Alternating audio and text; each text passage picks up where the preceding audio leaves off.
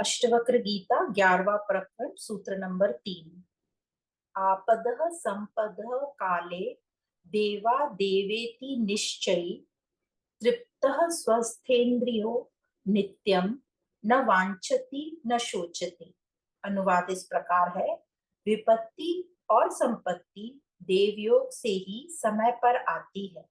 ऐसा निश्चय वाला पुरुष सदा संतुष्ट स्वस्थ इंद्रिया हुआ न कोई कामना करता है न शोक करता है। तो यहाँ सबसे पहले समझेंगे दो शब्द आए, आपदः और संपदः। तो यहाँ समझेंगे हम इन दोनों के मीनिंग। संपदः मतलब संपत्ति और आपदः मतलब आपत्ति या विपत्ति को बोल सकते हैं। तो पहले तो ये हमें ठीक ठीक जान लेना है कि असली संपत्ति क्या है। तो असली संपत्ति एक ही है और वो है आत्मा। असली एक ही संपत्ति है। बाकी जिसे भी हमने असली समझा है वो प्रकृति है, वो जड़ है, पदार्थ, वस्तुएं, व्यक्ति है। अब एक बात याद रखना, हम सबको तो जड़ समझते हैं पर हम अपने आप को चेतन समझते हैं। पर जैसे कि हमने भगवत गीता में पहले ही समझ लिया है कि भगवान ने पहले ही बोल दिया, चेतन जो अहम हम जिसको समझ रहे हैं वो भी जड़ प्रकृति ही है।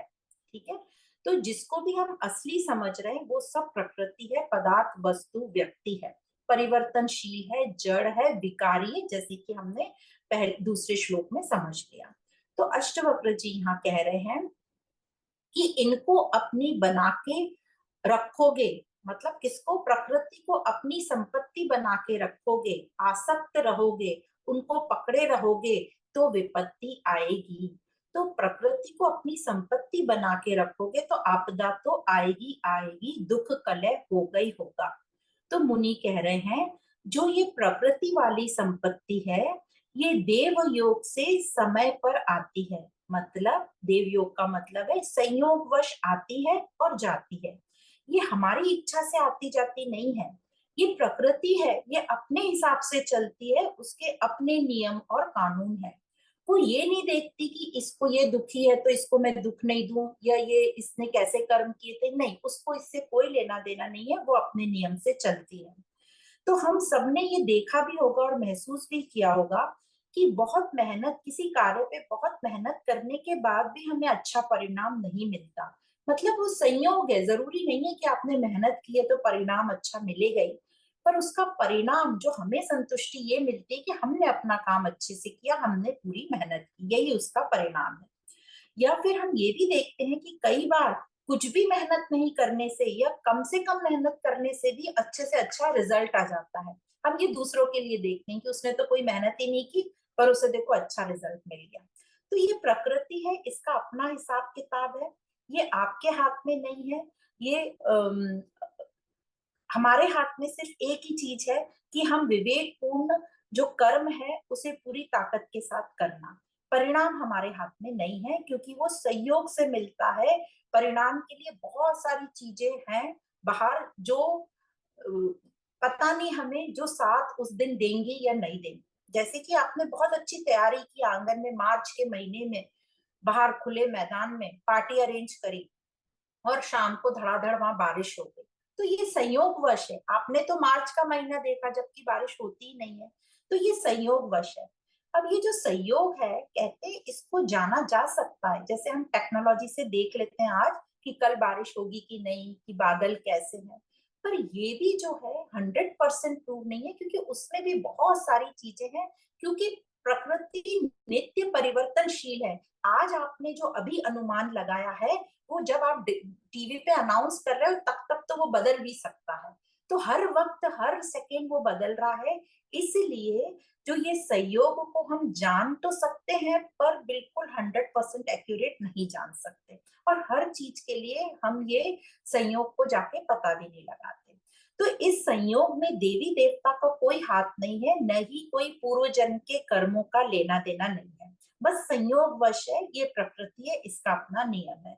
तो इसी संयोग को यहाँ पर देवयोग कहा गया है। तो ये मत समझना बाहर फिर से कोई देवी देवता बैठे हैं और वो ये सब कर रहे हैं। जैसे हमारी पहली हमको कहा जाता था ना, ऊपर भगवान बैठा है, वो तुम्हें घी में तलेगा, तुम ये पाप करोगे तो तुमने ये छू लिया, ये नहीं किया, झूठ बोला। नहीं, ये सब बिल्कुल हमें अपने दिमाग से हटा देना है। ये सब प्रकृति संयोगवश, उसका परिणाम हमें ही अच्छा और बुरा लगना अपने अंदर वही है। तो आज जहां भी हम हैं, जो भी हम हैं, जो भी हमें मिला हुआ है, ये शरीर, घर, शहर आदि सब संयोगवश है। हमारी चॉइस इसमें कहीं भी नहीं है। हमने कहा ये चॉइस की थी कि हमारा जन्म होना चाहिए, हमें स्त्री बनना चाहिए कि पुरुष बनना चाहिए, हमारा कैसा रंग होना चाहिए, कुछ भी नहीं था। ये सब संयोगवश हुआ, उसी को प्रारब्ध आदि भी कह देते हैं। तो जो ऐसा ठीक ठीक प्रकार समझ लेता है, क्या समझ लेता है कि सब संयोग से है, वो जान लेता है कि जो भी प्राप्त हुआ है वो संयोग से है। वह यह भी जान लेता है कि यह जो मुझे प्राप्त हुआ है संयोग से, उसका क्या अहंकार करना, क्योंकि वो तो संयोग से मुझे मिल गया है। इससे क्या आसक्त होना, इससे आसक्त होके फायदा भी क्या होने वाला है, क्योंकि ये तो जाने वाला है। क्योंकि जो भी आता है वो जाता है, जो भी जन्म लेता है उसमें परिवर्तन होता है, उसकी मृत्यु होती है या वो हट जाता है। तो जिसको ये ठीक प्रकार से जो जान गया है, वो इस बात का अहंकार नहीं करता, उसके साथ कुछ भी अच्छा होता है तो वो अहंकार में उड़ता नहीं है, क्योंकि उसे पता है कि ये तो संयोगवश है और ये कभी भी जा सकता है। और इससे फायदा ही क्या, मिल मिल के क्या मिला है, प्रकृति की चीजें ही तो मिली है, कोई आत्मा थोड़ी ना मिल गई है मुझे जो मैं इतना अहंकार करूं। तो इस प्रकार वो जो जान जाता है, वो इसका अहंकार भी नहीं करता, आसक्त भी नहीं होता। और जो उसे नहीं मिला है उसकी वह इच्छा भी नहीं करता, क्योंकि वो जानता है कि जो नहीं मिला है उसे पाकर भी क्या हो जाएगा, क्या ही ज्यादा से ज्यादा हो जाएगा। ये सब तो खेल है, और वो मिल भी जाएगा तो वो भी एक दिन चला जाएगा। तो वो समझता है कि ये आना और जाना तो सब खेल है, ये सब चलता रहेगा।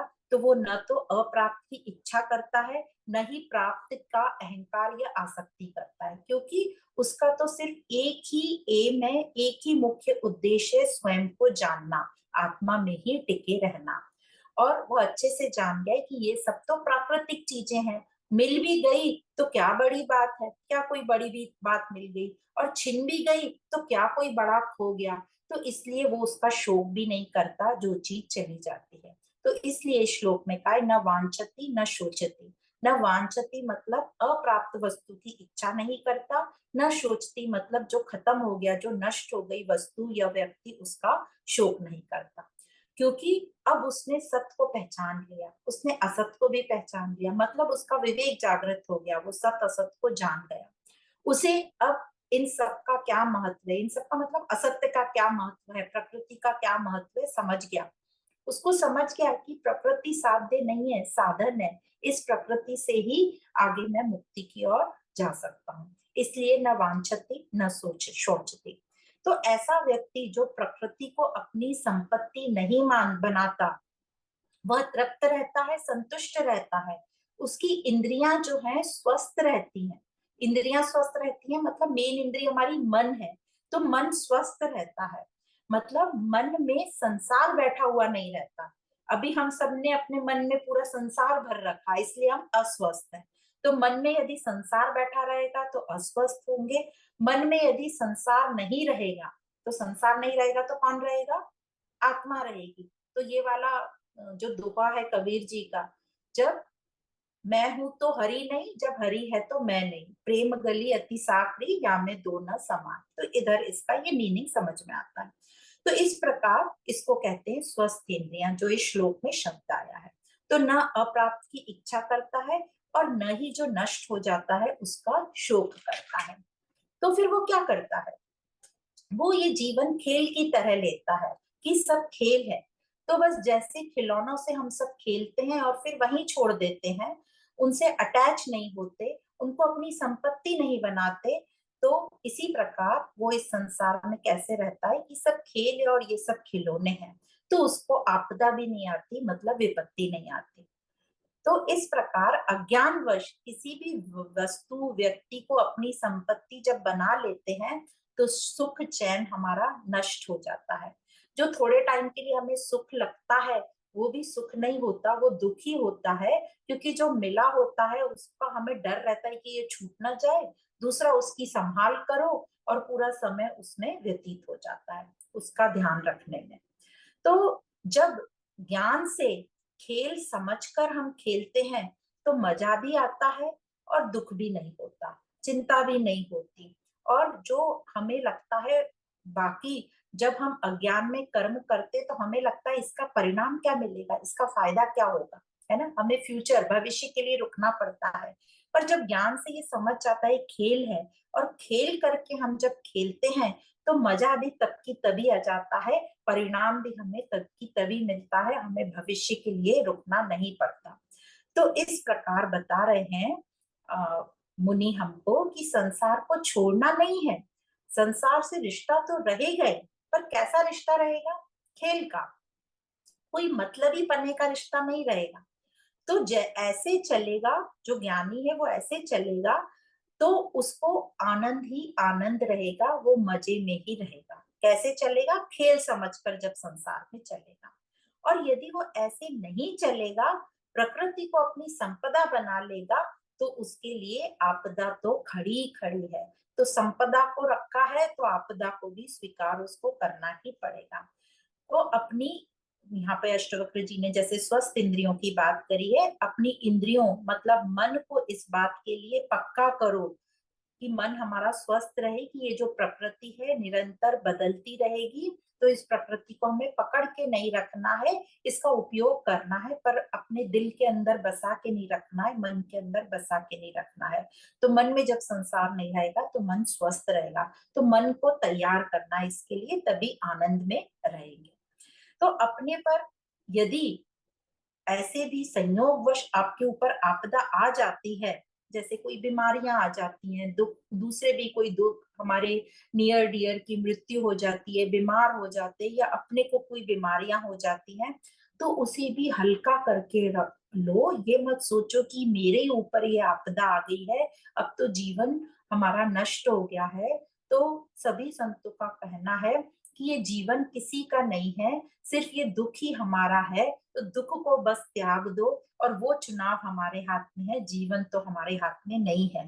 तो हंस कर मजाक बनाकर इन चीजों को भी टाल दो, क्योंकि जिंदगी तो किसी की नहीं है, और पता नहीं जिंदगी किसके साथ क्या खेल खेल जाए, क्या खेल रच दे, हमें नहीं पता, ये तो संयोग की बात है।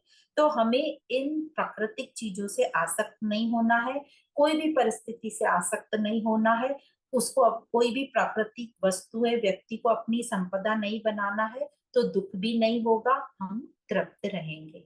तो ये था सूत्र नंबर 3।